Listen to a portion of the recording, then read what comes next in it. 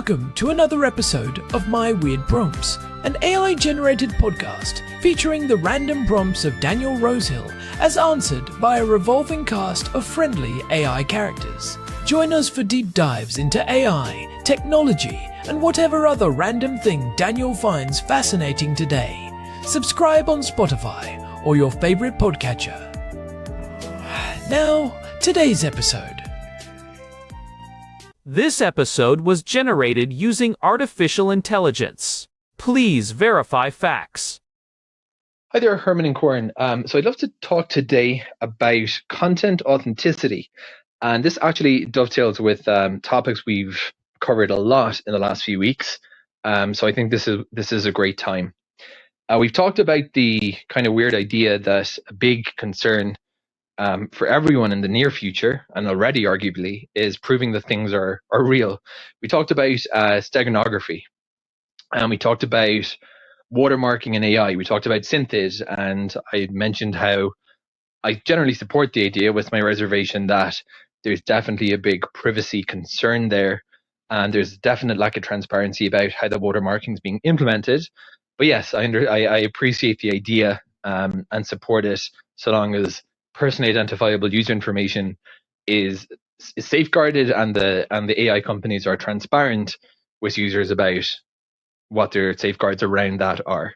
But on the other side of it, we have, beyond just saying that, this is AI generated, we can't actually even rely upon the lack of that synthid or other watermarking, because we come back so frequently to the analogy of the cat and the mouse.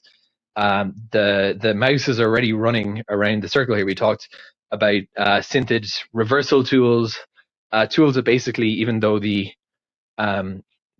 stamping is invisible, have figured out ways to remove that. So proving reality actually requires a higher standard of proof, and the Content Authenticity Initiative, or CAI, which does sound something a little bit like out of a George Orwell novel, is actually 6 years old from what I read on the internet. That surprised me. And it's doing great work to bring about a standardized format for authenticity data. I mentioned that in my landlord dispute tenancy issue, where I had to document that a leak and property damage was not being remediated. I use ProofMode, which is one of the apps they recommend. And it's a brilliant tool that I have recommended to friends and anyone who needs to document things reliably. But that's only one such tool. If you look for evidence apps, these have frequently been the purview of law enforcement. But we seem to be seeing, and I think it's overdue, that these are being rolled out to consumers, whistleblowers, anyone really who needs to say that this was authentic. And the standard, from what I saw, that the CAI, they have an open source SDK available in Python, Node.js, and a whole bunch of languages. So there's really nothing stopping anyone who finds this topic interesting from going ahead and developing their own authenticity camera. That's, I think, a hugely powerful thing, and a huge something I find very encouraging as a privacy advocate. This isn't a closed source, shady ecosystem of special cameras you only get from a certain vendor. It's really open for anyone to go out and do. But they have Sony has joined the initiative, and that's really significant because in my experience, at least, Sony has a great reputation particularly in this field of evidence gathering. The Sony ICD range of DVRs is very well regarded for this use. And they also have they sell to law enforcement. When you see forensics photographers taking photographs, frequently using Sony gear. So for this application, the standard is that it can be done at the hardware level, which brought to mind those modules, I forget what they're called. You guys will know, trust security modules that basically work at the hardware level, or the motherboard level, or the firmware level. So the idea with these cameras that are certified in this way is that rather than having consumers install a kind of obscure app, they're doing that authenticity certification at the hardware level. And we talked in previous episodes, this really actually kind of brings in a whole bunch of topics from our last maybe 50 episodes. We talked about checksums. There's another good project called Open Timestamps, and all that metadata in the chain of custody. The kind of foundational rules are metadata rich. You capture it. You capture it. Immutable. You don't change it. And checksums. You validate that a later copy of it hasn't been tampered with in any way, and then were media, etc. So I'd like to get into that, Herman and Corn. Do you think that the future of content authenticity, which I predict and I think already is becoming a huge area, is going to be hardware level, and that we're going to see this rolled out to basically every smartphone with a camera app, and therefore these current evidence gathering apps will maybe be obsolete, or we'll just see them used by law enforcement who have a very high standard? Or is the future going to be mixed? And what other manufacturers are we seeing adopting this standard? And if I wanted to develop something with their SDK, what could I create? Herman and Corn, let's talk about the niche but very relevant topic of authenticity certification and the emerging standards of the CAI. Hey everyone, welcome back to My Weird Prompts. We are coming to you from our usual spot here in Jerusalem, and I have to say, the air feels a bit more grounded today than the digital world does. I am Corn, and as always, I am joined by my brother and resident technical deep diver, Herman Poppleberry, ready and waiting. And you were right about the digital world, Corn. It feels like every time we refresh our feeds, the line between what is real and what is a very convincing hallucination gets a little blurrier. It really does. And that is exactly what our housemate Daniel was getting at with the prompt he sent over this morning. He was asking about the Content Authenticity Initiative, or the CAI, and the technical standards that are trying to give us a way to actually prove that a photo or a video is what it says it is.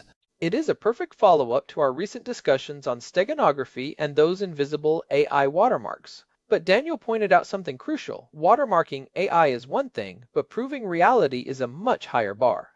It is the difference between saying this was made by a machine and being able to prove this was captured by a human in a specific place at a specific time.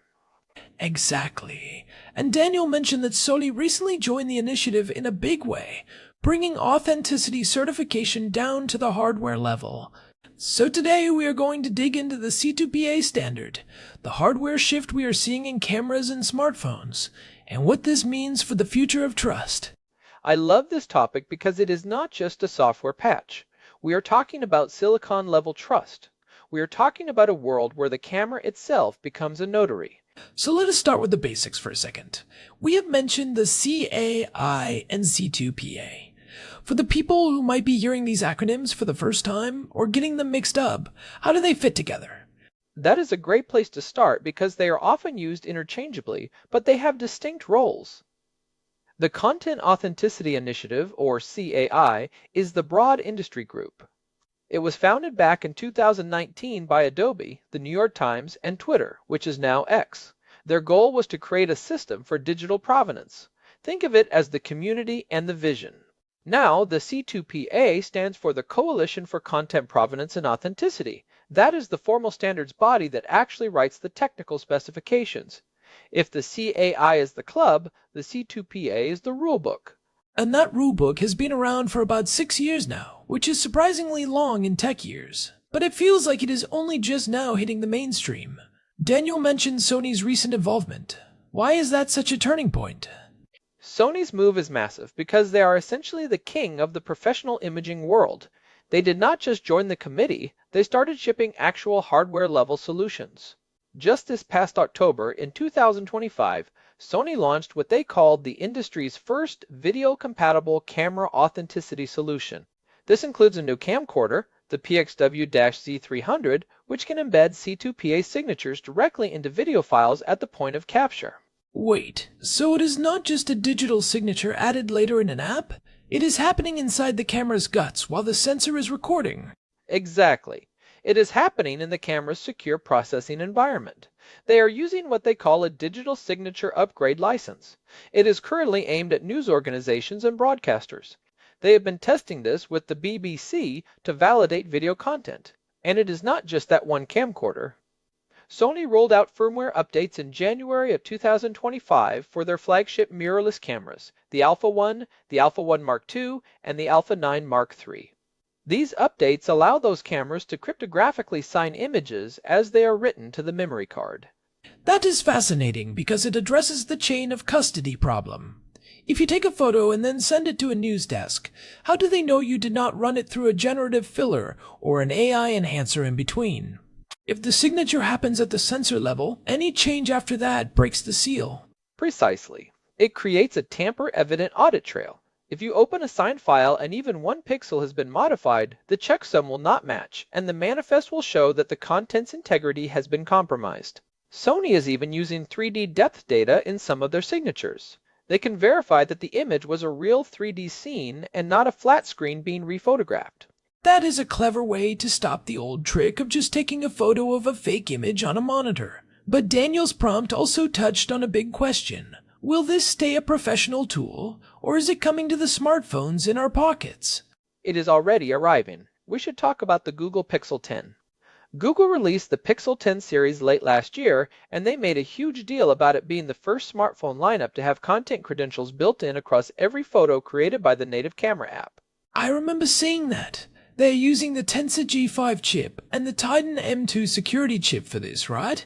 Right, and this is where it gets technical. The Pixel 10 achieved what is called Assurance Level 2 in the C2PA conformance program, that is currently the highest security rating for a mobile app. Most software-only solutions are Level 1. To get to Level 2, you need that hardware-backed security. Google is using Android key attestation to prove that the signature is coming from a genuine physical Pixel device and not an emulator or a hacked piece of software. So when I take a photo on a Pixel 10, it is not just adding metadata like my location and shutter speed. It is actually sealing that data with a hardware key. Yes, and it includes what they call a trusted timestamp. This is really cool, Corn. Usually, your phone's clock can be manually changed. But the Pixel 10 uses a hardware-backed secure clock to ensure the timestamp is accurate, even if the device is offline. So you cannot fake the time of an event. It also adds a specific label called computational capture. Computational capture. Most people probably do not realize that every smartphone photo today is already a heavy piece of math. It is merging multiple frames, adjusting colors, and sharpening edges. Does that count as a modification? That is the brilliance of the C2PA manifest. It does not say modification is bad, it just provides transparency. The manifest will explicitly state that the image was created via computational capture. If you then use one of those AI tools to move a person in the frame or change the sky, the manifest updates to say edited using generative AI. The goal isn't to stop people from editing, it is to make sure the viewer knows what they are looking at. It is like a nutrition label for pixels. I like that analogy, but here is where I see a potential friction point. If everyone starts expecting these digital nutrition labels, what happens to people using older devices? Or what happens to the apps Daniel mentioned, like ProofMode, which were designed to gather evidence in the field? That is a great question. Daniel was wondering if these apps would become obsolete. I actually think it is the opposite. I think they're going to become more specialized and more powerful. Take ProofMode, which is developed by the Guardian project. They have already integrated the C2PA toolkits into their apps. In April of 2025, they even partnered with an app called Cutting Room Reporter to bring these features to mobile journalists. So if the hardware is doing it anyway, why would a journalist still use an app like ProofMode? Because ProofMode does more than just sign the image. It captures what they call rich metadata. It is not just the time and place, it is the light sensor data, the Wi-Fi networks in range, the cellular tower IDs, and even the barometric pressure. It creates a much denser web of evidence that is harder to spoof than just a simple image signature.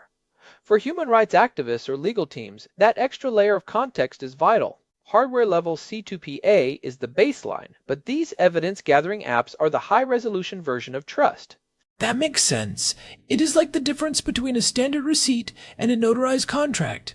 Both prove a transaction happened, but one holds up a lot better under intense scrutiny. Exactly. And there is also the privacy aspect. One of the things I love about the CAI approach is that it is designed to be private by default. When Google implemented it on the Pixel 10, they used a private by design certificate management system. It prevents people from being able to link different images to the same user or device across the internet. You get the proof of authenticity without a permanent digital tracking number attached to your identity. That is a delicate balance to strike. You want to prove the image is real, but you do not necessarily want to dox the photographer, especially in sensitive situations. Precisely. Now, Daniel also asked about other manufacturers. We have talked about Sony and Google, but the circle is widening. Leica was actually the pioneer here. They released the M11-P back in late 2023 as the world's first camera with content credentials built in.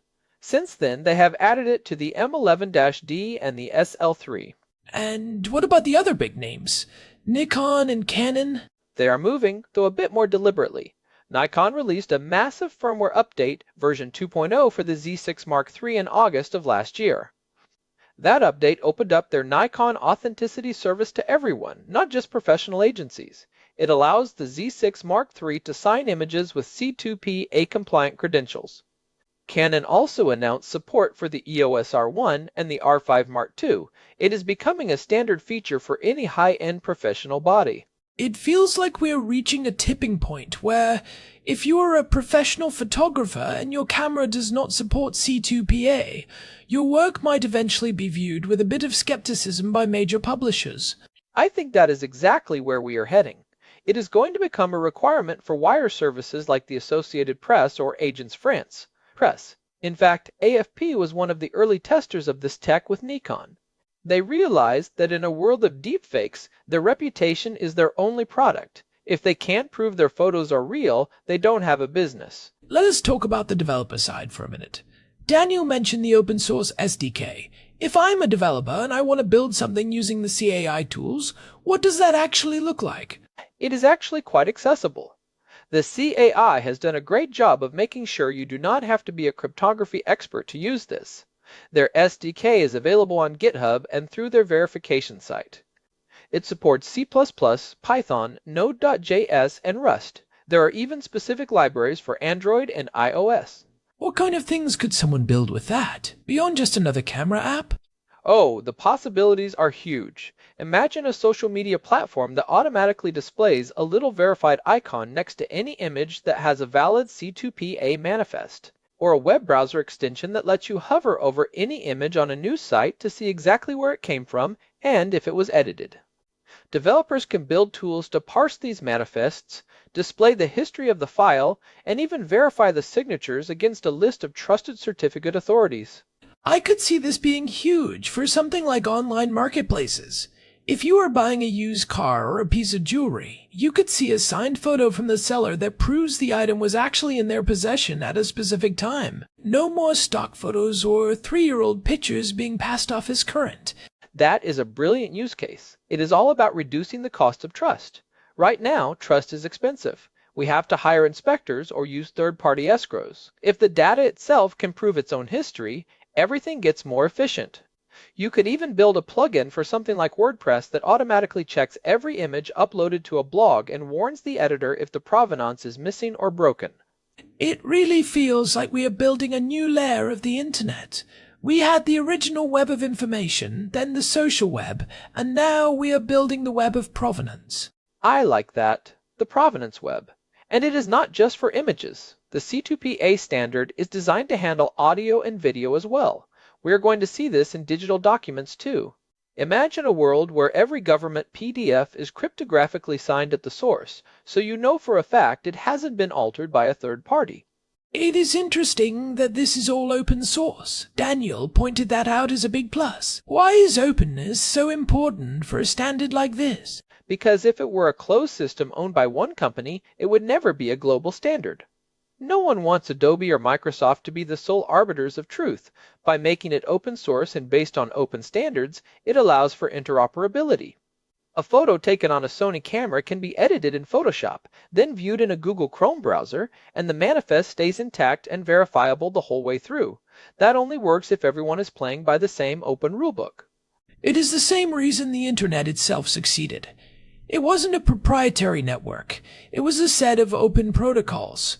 Exactly. And we are seeing that ecosystem grow. There are now over 6,000 members in the CAI. It includes everyone from hardware makers like ARM and Qualcomm to software giants like Microsoft and even human rights organizations like Witness. It is a massive, diverse coalition that is all pushing in the same direction. So, looking ahead, do you think we will eventually reach a point where every smartphone has this? Not just the high-end Pixels and iPhones, but the budget models too.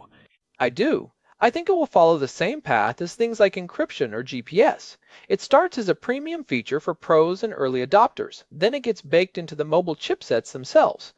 Qualcomm has already started working with TruePic to integrate C2PA support into their Snapdragon processors. Once it is in the silicon that goes into hundreds of millions of mid-range phones, it becomes the default.